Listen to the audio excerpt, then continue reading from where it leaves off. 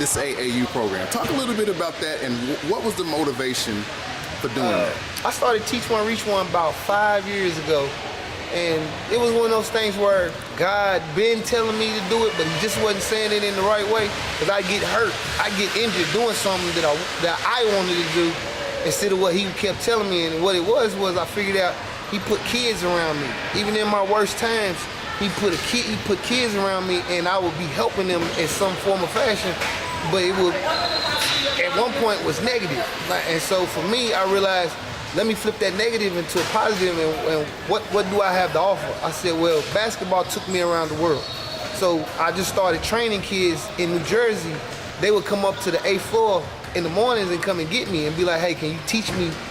I want to learn this because I want to try for my school. I'm like, all right, bet. And so I would teach it to them, but I didn't think nothing about it until I started coming back, and they'd be like, hey, big bruh, you know I made a team, man, and I got a job at Foot Locker. And you know, one of my kids that even to this day when I go back to New Jersey, he takes me out to eat. Like that's his thing of saying thank you. So when I came home, I figured it out, and I was seeing how the game was being played around here, and I wasn't used to seeing it being played passive. So I started to experiment with training my son and a couple of other little kids, and it seemed to work because we take city ball and we would dominate it. And so I'm like, okay, I kind of think I got something, but I need to find players. So at City Ball, I started recruiting kids, and IV is one of my proteges that I had when other coaches used to stick him in the corner because he could only shoot.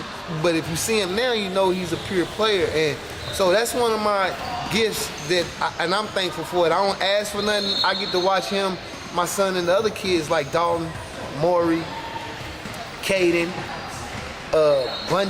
Bundy, I call him Bundy, but his name is Cash. I get to watch them grow. So it's like, that's my gift, but how I got started I was in New Jersey, and kids would come to me and ask me to be tough on them so they could get somewhere in life. And so I just took it from there and turned it into something that you see flourishing here in Bowling Green now. So talk a little bit about how many squads you have and the age groups, and maybe some of the ways that you guys are competing. Well, last year we had the high school, but I'm a club team, so I always think ahead. So I always knew that if one of these bigger teams like play for the Nike circuit or the Adidas circuit will come and get a player, I don't mind if they go. They're supposed to go because it's almost like getting an experience of being in college anyway. So most of my kids that I have, they don't have that advantage. So for me, I make sure they get to work. So if they do get to a better AAU circuit, they flourish, and 9 times out of 10 they get scholarships or they get offers that, you know, they can make a choice whether or not they want to go to school or not. And that was my whole goal with doing this, was give them an opportunity to do something with themselves. Now you talk about the effect that you have on the kids, but what kind of effect has this had on you? Oh man, it's changed me. I was like, I put it to you this way. I am doing what God wants me to do, and I know that. So for me, I'm blessed. So for me, it's one of those things where I'm not gonna lie to you. Me and my kids argue because they think they know everything, and once we break them down, and you know they understand it's love and not abuse. They seem to get abuse mixed with love when you want to say something to them, even though you're not their parent.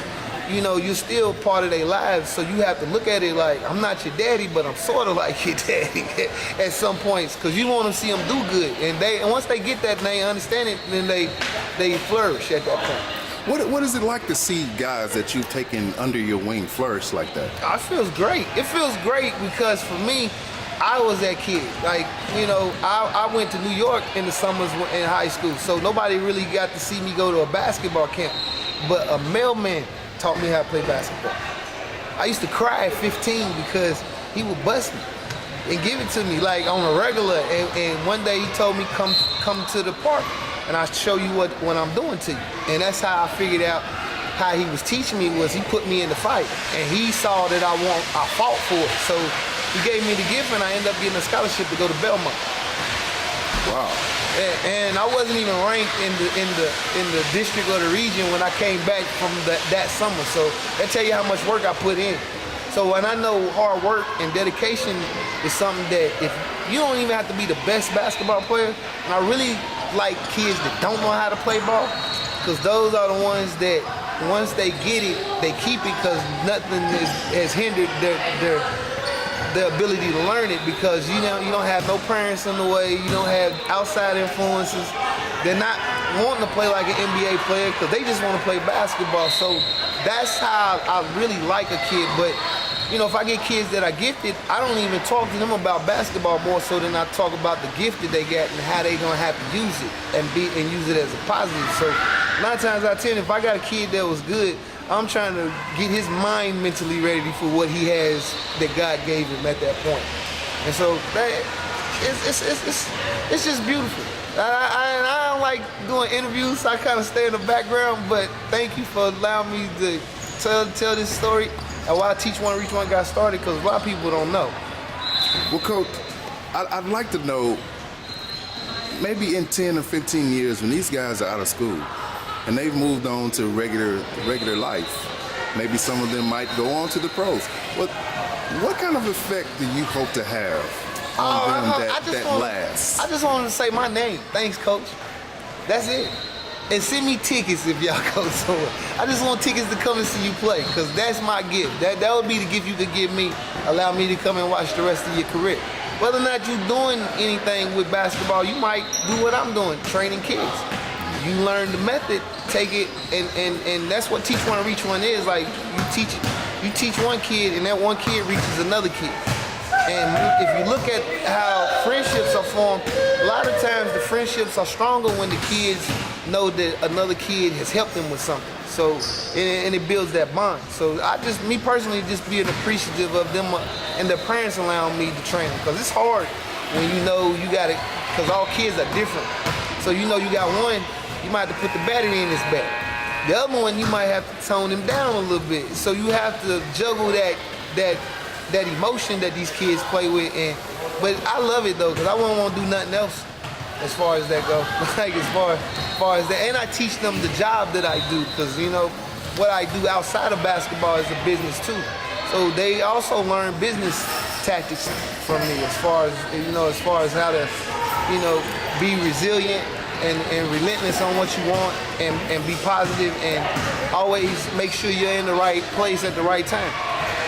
Well, Coach, I can see your passion for this. I would like to wish you good luck this weekend. Yeah. Also with your program, we hope to keep up to date with you guys. Okay, yeah. You won't see me doing no more interviews though, because I stay behind the scenes though. Because I like the fact that if you were going to videotape us, it'd have to be a show. Because it'd have to really be, you follow us around to see what really goes on. Because a lot of people look at our kids and they don't know the half of what goes on with them. They hear the stories, but they don't know. So if you were to see me, it'll be on a show for my Teach One Reach One.